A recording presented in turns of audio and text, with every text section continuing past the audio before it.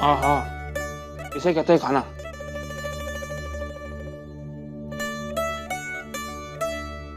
भाई मजा आ गया, कितने महीनों बाद मुझे आज घर का बना खाना खाने को मिल रहा है।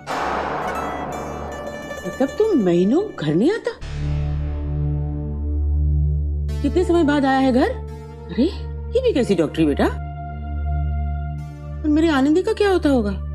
आनंदी तो आनंदी, तू कैसे रह लेता है?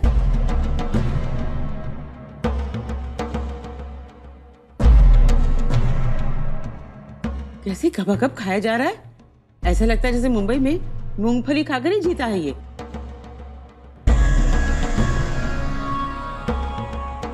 अच्छा, वहां तू अकेला रहता है कि किसी के साथ?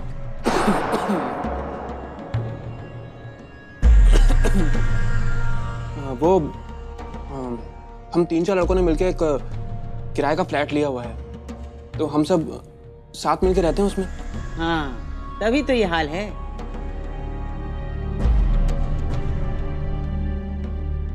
इन छोरों से क्या बनता होगा? आलू की सब्जी चढ़ाते होंगे और चूल्हे से उतरता होगा दलिया। नहीं, वो खाना पकाने के लिए एक बाई मतलब रखा है किसी को, आती है बना के जाती है। अजीब जिंदगी जी रहा है तू जगिया।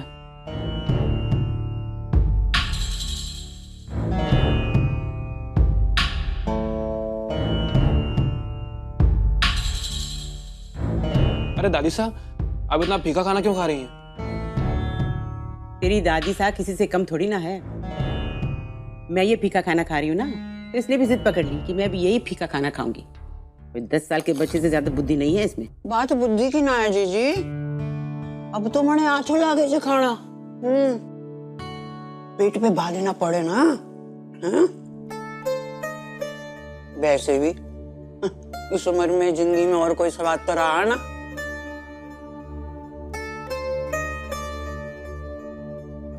तो खाने के स्वाद का क्या करना?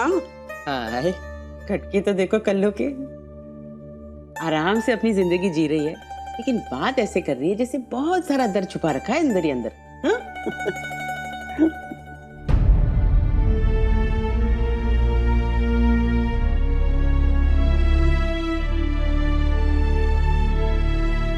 वैसे जगिया, ये डॉक्टर की जिंदगी बड़ी मुश्किल होती होगी ना?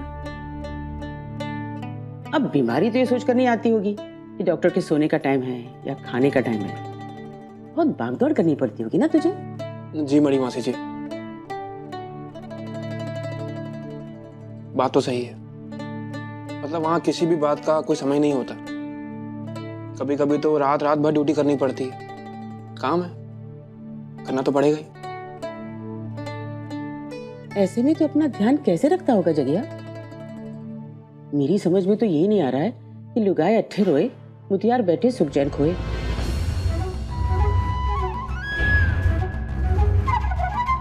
और ये क्या बात हुई?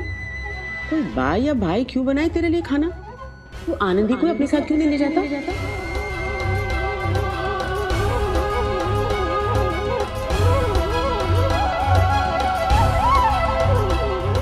बेटा आनंदी, तुझे मुंबई जाने में कोई परेशानी है? वहां क्यों बैठे बैठे इसके इंतजार में आंखें फूटती है? चली क्यों नहीं जाती मुंबई इसके साथ?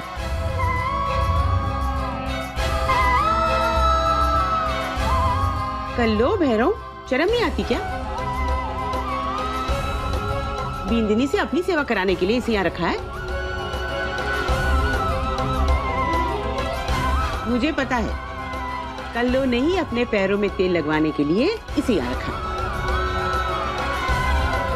नहीं मासी जी, ऐसी कोई बात नहीं है। आपने सुना ना, जगिया बता रहा था कि वहां तो इसका ना दिन का ठिकाना रहता है ना रात का। वैसे में आनंदी वहां जाकर रहे, उससे तो अच्छा है कि हम सबके साथ रहे।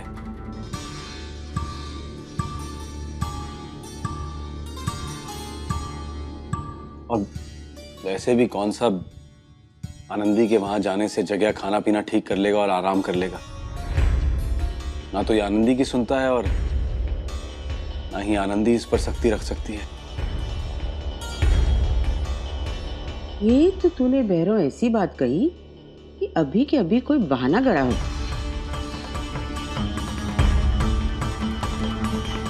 जब मैं पिछली बार आई थी तो आनंदी कितनी सख्त थी जगह के साथ। मास्टर नहीं बनकर जगह की पढ़ाई का पूरा ध्यान रखती थी। क्यों आनंदी, बड़ी होने के साथ अच्छी अच्छी आदतें सारी छोड़ दी क्या? पिछली बार और इस बार में तो बहुत कुछ पीछे छूट गया है बड़ी मासी जी।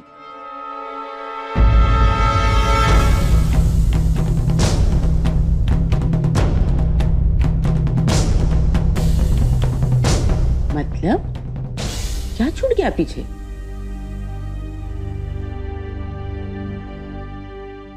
मेरा मतलब है हमारा बचपन, वो तो पीछे ही छूट गया ना।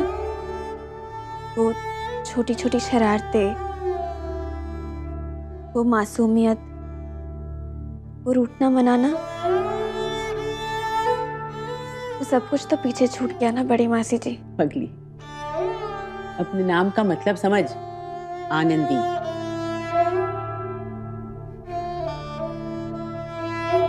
हर उम्र का अपना एक आनंद होता है, उसी आनंद को समझ और हर उम्र के आनंद का पूरा पूरा आनंद ले।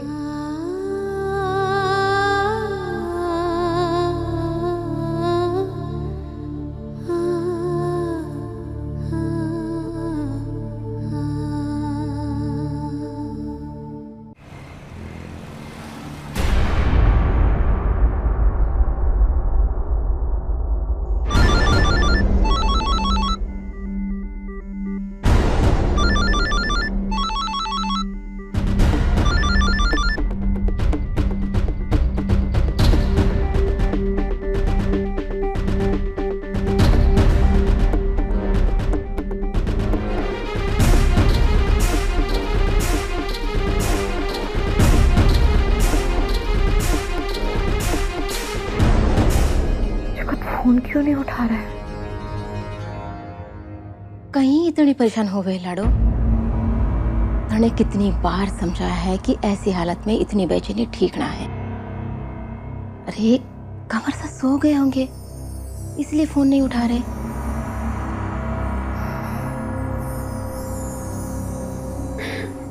आई जस्ट होप वहां जगत को किसी ने बता ना दिया हो कि मैं जैत सर गई थी।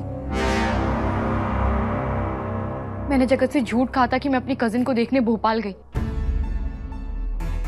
अगर जगत को जैत सर का पता चला तो वो बहुत नाराज होगा। नहीं पता चलेगा, उन्हें कोई कुछ नहीं बताएगा।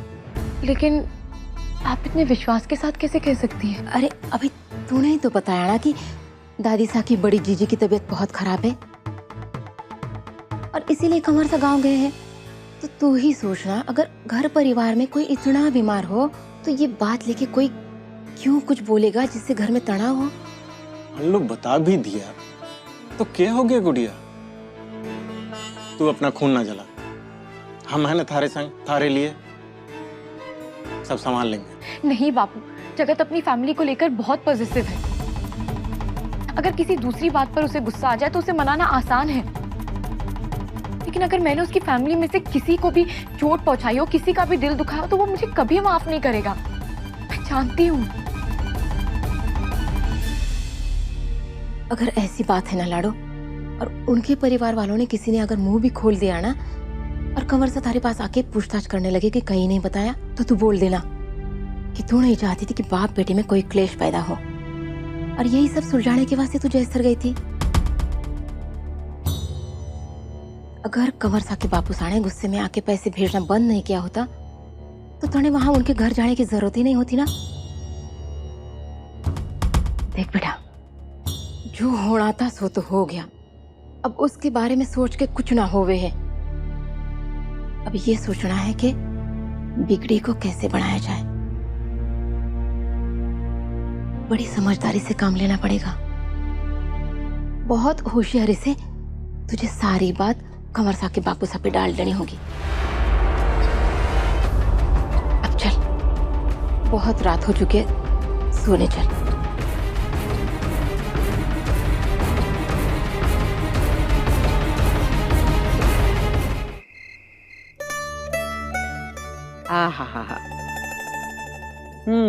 कल्लू के हाथ का पान, दुनिया में सबसे अच्छी चीज बस यही है।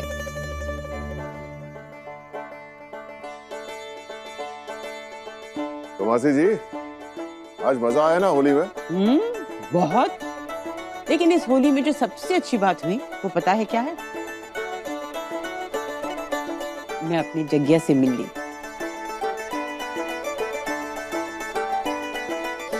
अरे इसे देखकर तो मैं बिल्कुल हैरान ही हो गई। कैसे अचानक आ गए ना एकदम से। और कितना परेशान किया मुझे अपनी होली मांगकर। जीजी आप पे ही गए हो छोरा। हाँ इसीलिए इतना शरारती है जे। हाँ ये तो अच्छा हुआ कि मुझ पर गया है। अगर तुझ पर गया होता तो तेरी तरह ही होता, खड़ूस। मैं खड़ूस हूँ? हाँ थोड़ी सी तो हो ना, इतनी सी। हाँ कह लो जो जी मैं यार, बड़ी हो ना आप।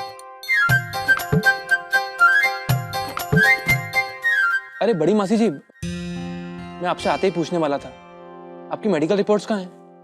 दिखाइए ना मुझे।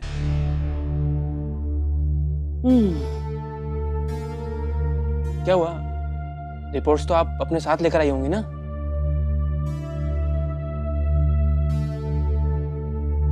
हाँ बेटा, लाना तो पड़ेगा ही ना साथ।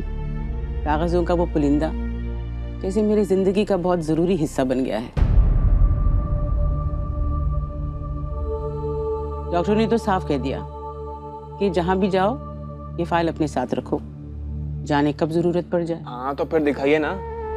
उतना बड़ा ना सही, लेकिन आपका पोता डॉक्टर तो बन ही गया, थोड़ा बहुत तो समझ ही लेगा। कहाँ है रिपोर्ट्स? मैंने गलत कहा था कि तू मुझ पर गया है। तू तो अपने कल्लों पर ही गया है, बिल्कुल जिद्दी। आनंदी बेटा, जरा जाकर ला दो ना वो फाइल, अलमारी में ऊपर रखी है। अच्छा देख, मैं तुझे फाइल पढ़ने दूंगी एक शर्त पर। तू मेरे सामने नहीं पढ़ेगा। मैं तुम सबके ये दुखी, परेशान, उतरे हुए चेहरे नहीं देख पाऊंगा।